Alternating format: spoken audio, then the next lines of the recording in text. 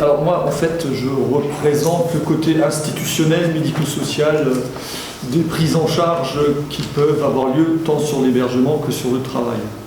Et donc à ce titre, je représente l'association Nouvelle-Alsace. J'ai pas de présentation là-haut parce que j'ai pas eu le temps de tout rassembler. On a plusieurs pôles et donc beaucoup de domaines d'intervention. Donc juste très rapidement, Nouvelle-Alsace, c'est une association qui a 40 ans, qui a été créée à l'initiative de l'UNAFAM et donc qui s'occupe sur différents domaines, que ce soit hébergement, suivi aussi, travail, de suivre des personnes en situation de handicap psychique. À ce jour, on doit suivre entre 550 et 600 personnes sur l'association, avec un peu plus de 120 salariés. Il y a deux gros pôles d'activité, donc le pôle hébergement, dont je vais parler rapidement maintenant, et le pôle travail, que je connais un petit peu mieux pour le diriger. À côté de ces deux pôles, Nouvelle, c'est aussi la coordination Grand Est pour le centre ressources handicap psychique. Donc ça, c'est quelque chose d'assez récent. Il y a un site internet, il y a des salariés dédiés et qui répond à toutes les questions sur tous les domaines qui peuvent être liés, que ce soit des personnes concernées, des familles ou des professionnels à la prise en charge du handicap psychique. Donc ça, c'est le côté CREPSI, c'est assez récent, c'est tout petit, mais c'est quelque chose qui est très transversal par rapport à notre activité. On a un petit centre de formation aussi, où on fait de la formation à destination des salariés, mais pas seulement. Et on a, dans notre organisme, on fait des formations de remobilisation et de recherche de projets professionnels pour des personnes concernées. Voilà. S'agissant du coup du pôle hébergement, parce qu'on est là-dessus, donc nous, ce qui est très différent de mes voisins qui sont intervenus là, c'est que nous, on dépend d'orientation. Donc c'est la CDAPH qui va orienter. Donc on a un service d'accompagnement à la vie sociale qui s'appelle le SAFA, et donc qui est sur une orientation CDAPH comme tous les SAVS. Donc on a 30 places qui sont pourvues, et on a une liste d'attente derrière. Voilà. Dans le concret de ce qu'on fait au SAFA, c'est très proche de ce que disait Martine. Donc effectivement, c'est de l'accompagnement à domicile ou dans des appartements que nous mettons à disposition. On a une astreinte téléphonique et puis notre mission principale est bien l'amélioration du cadre de vie des personnes, développement de l'autonomie dans les domaines, alors hygiène, je passe, hygiène de vie. Je ne reviens pas, c'est grosso modo ce que disait Martine, l'hygiène du logement. Donc on retrouve ces thématiques, gestion budget et démarche administrative, développement confiance en soi et prévention de l'isolement. C'est les mêmes thèmes, sauf que nous on est institutionnels, c'est des éducateurs qui gèrent cette prise en charge dans un cadre institutionnel avec un financement région. Voilà. Donc grosso modo, le SAFA c'est ça. Alors c'est vrai que c'est moins souple que les initiatives qui le complètent, parce que c'est un peu ça. On se connaît, on travaille ensemble, parce que c'est vrai que nous, nos places étant pourvues, on ne peut pas aller au-delà avec nos professionnels, et du coup, souvent, on se croise avec Jeff ou avec Tariq et Animaloum, parce que nous, à un moment, ben voilà, on est plein, les nouvelles places, les financements, tout le monde le sait, l'État, la région n'ont plus de sous à mettre nulle part, donc on essaye, nous, dans nos structures, au moins de maintenir ce qu'on a déjà. Voilà.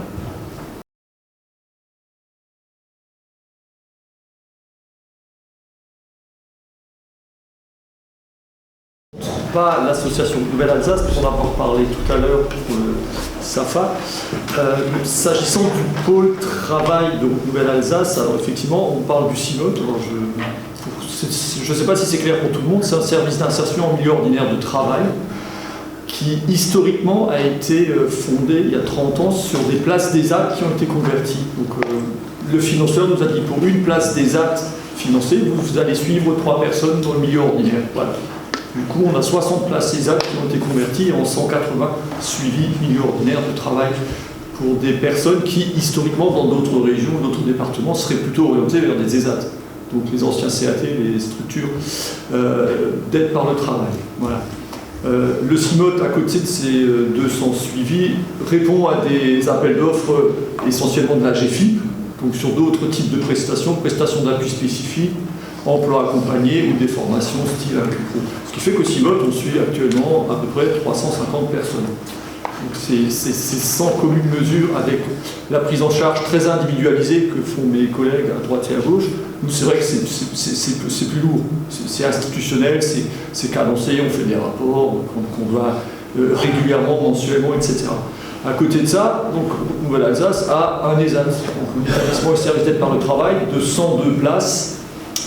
102 places, ça ne veut pas dire 102 personnes, hein, parce qu'on a souvent les temps partiels, c'est quelque chose qui arrive souvent jeune, mais au fil de l'âge, c'est vrai que les gens n'arrivent pas à travailler 35 heures. Donc pour 102 places, on peut accueillir beaucoup plus de personnes physiques. Voilà. Et d'ailleurs, c'est compliqué un petit peu d'ailleurs la gestion administrative quand les demandes de temps partiel deviennent trop basses. Mais j'en reparle tout à l'heure. Et une entreprise adaptée, donc là, c'est des gens un peu plus autonomes qui n'ont pas d'orientation ESAT ou CIMOT, parce que les deux précédentes, effectivement, nécessitent des orientations CDAPH, on en parlait tout à l'heure par rapport au SAFA. Et donc là, ça ressemble plus à une entreprise ordinaire, mais qui a eu des subventions de l'État pour compenser le manque de productivité lié justement au trouble psy. Voilà.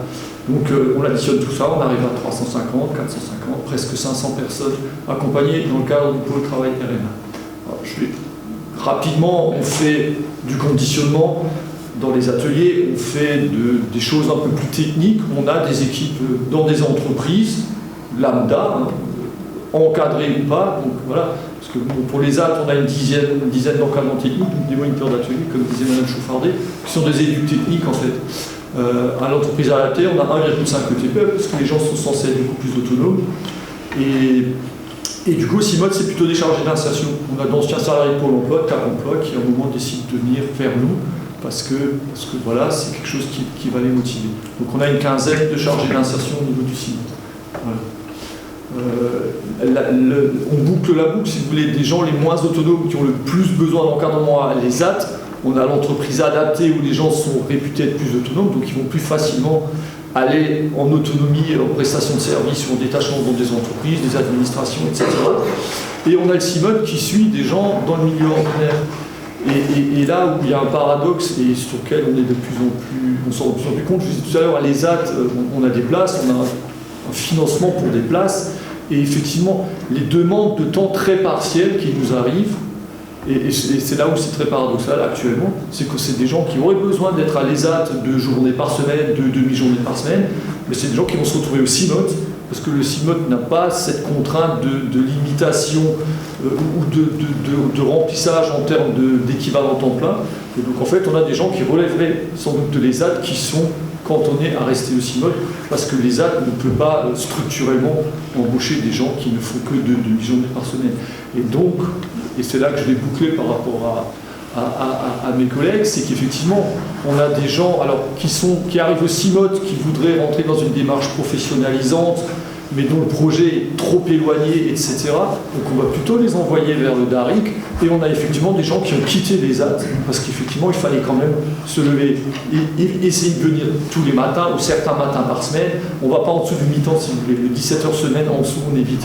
Parce que sinon, structurellement, j'ai 100 places, je dois accueillir 200 personnes. En termes de logistique, ça devient très compliqué.